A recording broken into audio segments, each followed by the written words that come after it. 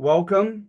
Uh, we are covering today uh, the failure of our first government.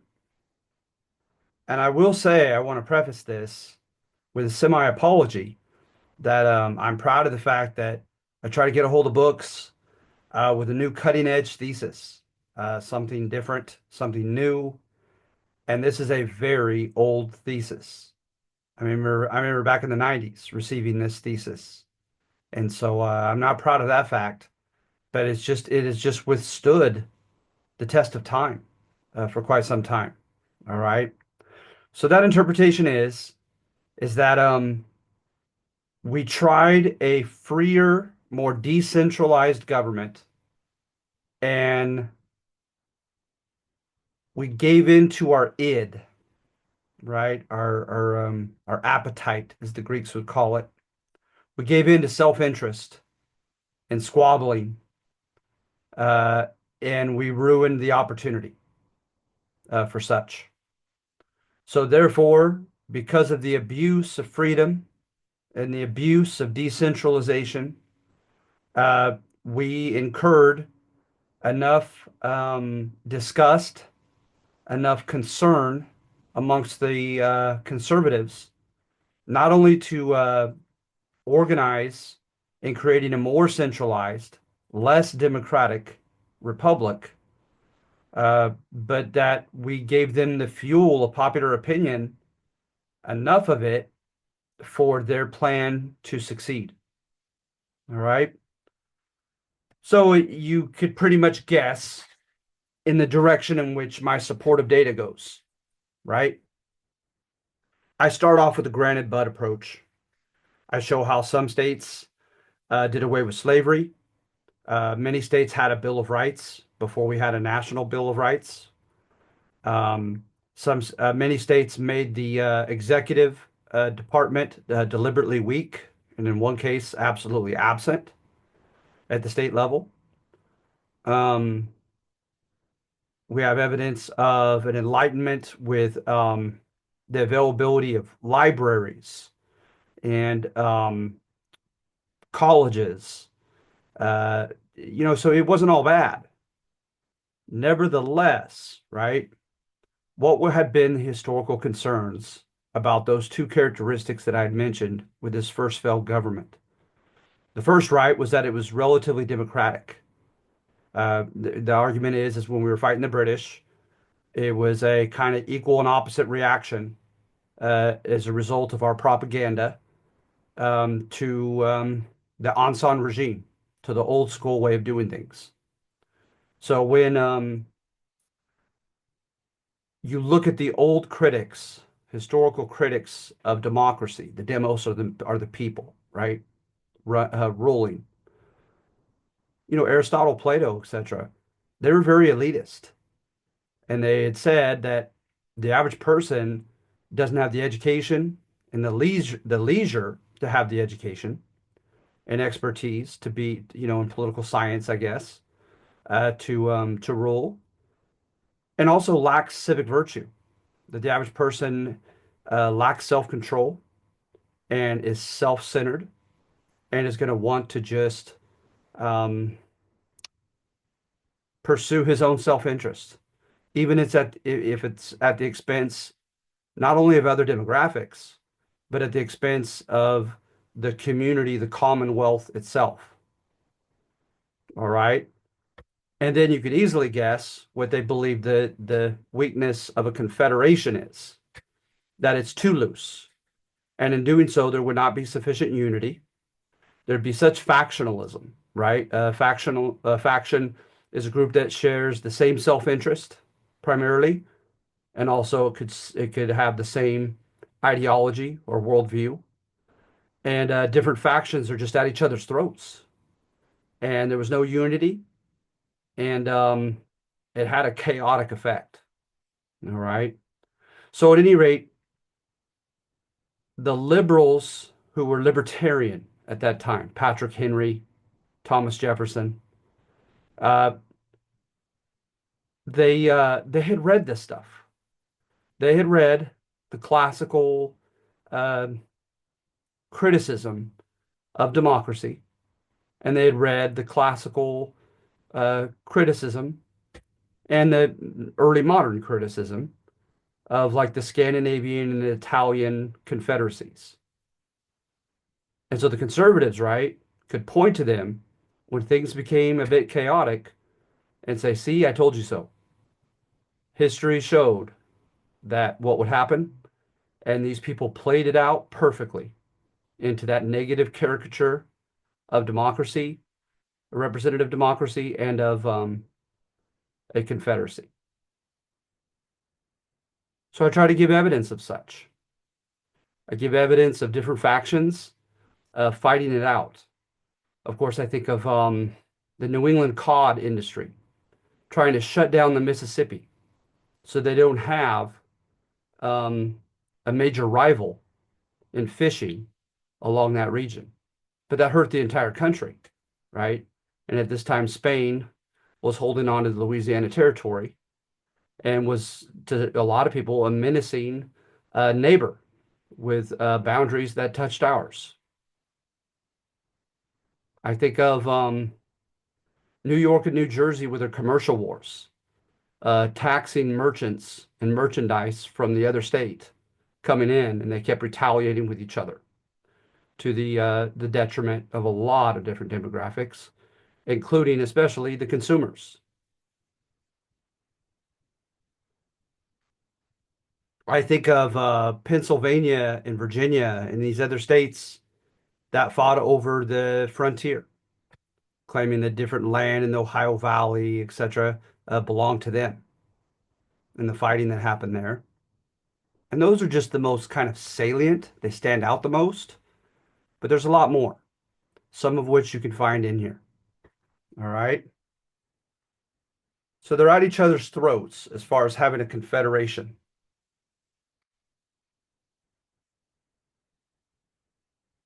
Then you have the abuse of representative democracy. And the one that stands out to me the most is the faction of debtors. These people, right, are would-be entrepreneurs. They want to start a business, and a lot of them wanted to start cash crop farming. They saw that as their avenue to the American dream. So they tried their best to legislate and put pressure upon their legislators to provide easy credit.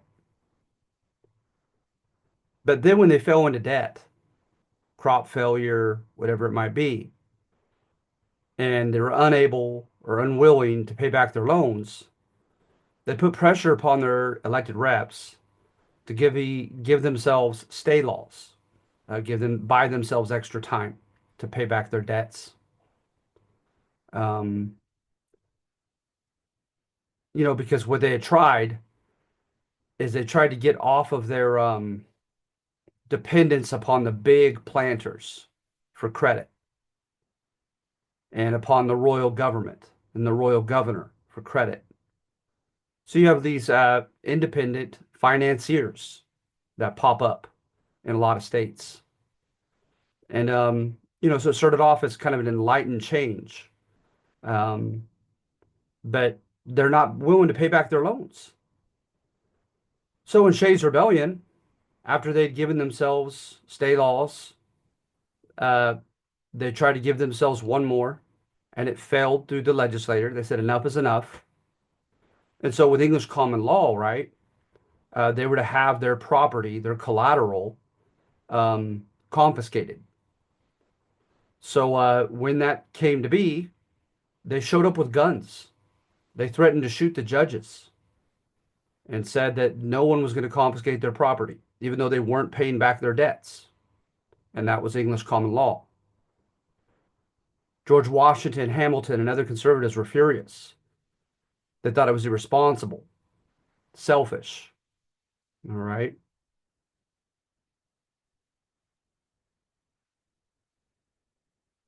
So these different factions just looking out for themselves. And they couldn't they wouldn't unite over Native American rebellions in the Ohio Valley. You had Little Turtle, you had Pontiac, and others who rose up, and they had a hard time gaining the militia of all the states. Well, they just didn't do it. They couldn't do it. And they couldn't commandeer them, right? So at any rate, what did it look like? It looked like the classical criticisms of democracy and of a loosely constructed confederation were playing themselves out. Again, just as they had in history. So therefore, the conservatives, when no one showed up in Maryland to make changes to the Articles of Confederation, they decided to meet in Philadelphia in the summer of 1787 and devise a brand new government that was less, arguably, certainly more centralized than a confederation, the federal part, and arguably less democratic, the republic part. And you look at Thomas Jefferson, he went to France. And a lot of people believe that he felt his cause was a dying, losing one, that his libertarian liberal faction had their sway and had their chance with this confederation, and the people had sabotaged it. So, of course, we know that the Constitution will be ratified by enough states to be passed. And now we have our second government that we're still in, a constitutional federal republic. All right. And then secondly, popular clamor for enlightened and classically liberal government thankfully extracted concessions from the founding fathers. Now, this book by Pauline Maier does not paint a very good portrait of the conservatives amongst our founding fathers. All right. According to her, some of the most enlightened components to our Constitution and democratic were not initially put in the Constitution by these conservatives. And the main example, of course, is a Bill of Rights. And then what they tried to do, according to her book, is they tried to grade their own paper. They tried to limit popular participation in the approval process, which is known as ratification. You have cases like in Pennsylvania, when the conservatives knew they had momentum in approving of this Constitution as it was conservatively. And they literally went to taverns and other local places and physically pulled liberals in who were refusing to come to the ratification convention to make sure that they had a quorum, enough people to have a vote, so that they could capitalize on their momentum and get it passed as quickly as possible. So they were somewhat coercive. You had cases in which the conservatives made threats that people were to publicize and print the Constitution. They didn't want it printed, many of them. They didn't want the people to read over it, have issues with it, make demands for changes and additions to it. According to her book, they didn't want that. So a pretty negative depiction of them, pretty elitist and uber conservative image of them. But what happens? In New England, people came uninvited to the ratification convention. They said, I represent Braintree, Massachusetts. You know, for example, I'm just throwing that name out. I'm not sure Braintree because I know it had a different name before. But I represent this little town or village of Massachusetts. My people elected me. They sent me here, even though I wasn't invited. And they have demands. They want to read it, or they want something included about the rights of suspects, or they want something included about the demand for Republican form of government in all the states, right? They want to make sure that there's sufficient checks and balances. They want to make sure, and they want to know how many bodies of the federal republic are elected by the citizens, and so forth. So in making these demands, the people made enough noise, made enough threats, and you had Shays' Rebellion and other things that had happened that scared the conservatives about the potential revolutionary power of the common people, so that they almost begrudgingly allowed changes to the rough draft, if you will, of the Constitution. So then you have a clause put in there that there will be no landed aristocracy. That's acknowledged. You have a clause that guarantees Republican form of government to all the states. You have a lower house of representatives that's directly elected by the citizens. And you have a Senate that's one step away from election. The senators were at that time, not anymore, were to be chosen by the properly elected legislators of the states. And of course, you had a Bill of Rights that was added to the Constitution. So the conservatives, in order to get their new government passed,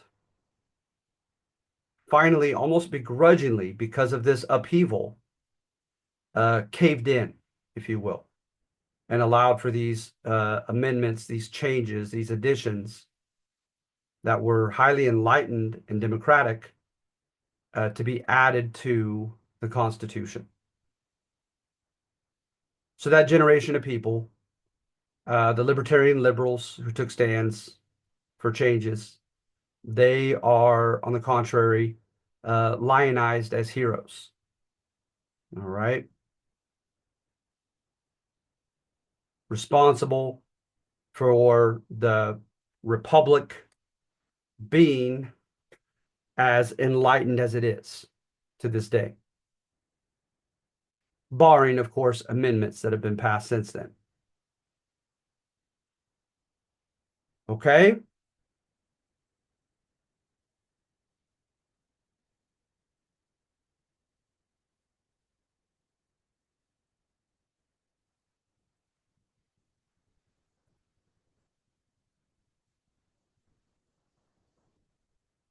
A Republican form of government was guaranteed for all states. Taxation had to emanate from the consent of the representatives elected by citizens, which is the House of Reps. Checks and balances between the executive, legislative, and judicial branches were established. No Anglican or military establishment was recognized as wedded to the state. And Congress was to be held responsible for publicizing its proceedings from time to time for public awareness. Many of these classically liberal and enlightened revisions or additions to the new republic that made it palatable for poor white Americans emanated from the courageous, idealistic, insistent demands of the Anti-Federalists and of the common American citizens. So that part's kind of romantic to her thesis. All right. So that's it. Okay, those are the two sections of the upcoming assignment. I hope you feel okay about what I expressed as far as giving you some insight into the thesis that I intended to convey and how I intended to support it. Again, the first one is a very old thesis, nothing new. Second one, pretty new, pretty interesting. All right, so thank you. Good luck on this. I wish you well.